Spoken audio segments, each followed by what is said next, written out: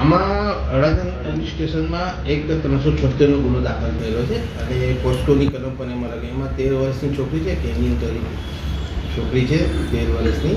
એને એના ઘરવાળાએ એને એડોપ્ટ કરેલી હતી અને એ ઘરમાં જ રહેતી હતી. ત્યારે એ ઘરના જ જેને એડોપ્ટ કરી છે એના પપ્પા, એના કાકા અને વગેરે બીજા 3 જણાએ આ છોકરીના એની મરજી વિરુદ્ધ અવારનવાર 2021ના વર્ષમાં એના બળાત્કાર કરેલ હોવાની ઘટના સામે આવી છે. તે અંગે અડાજણ પોલીસ સ્ટેશનમાં હાલમાં ગુનો દાખલ થયેલ છે અને આરોપીને અટક કરવામાં આવેલ છે.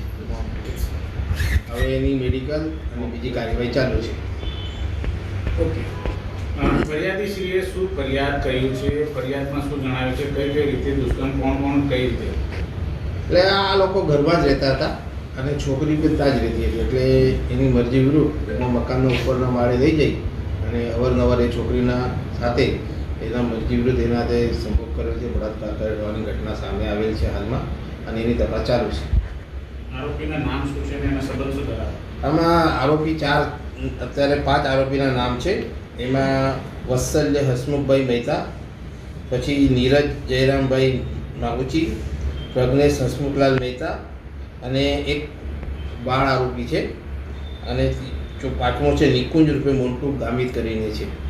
એમાં હાલમાં 4 આરોપીઓને 3 આરોપીને અટક કરેલ છે અને જે બાળ આરોપી છે એને ડિટેન કરેલ છે.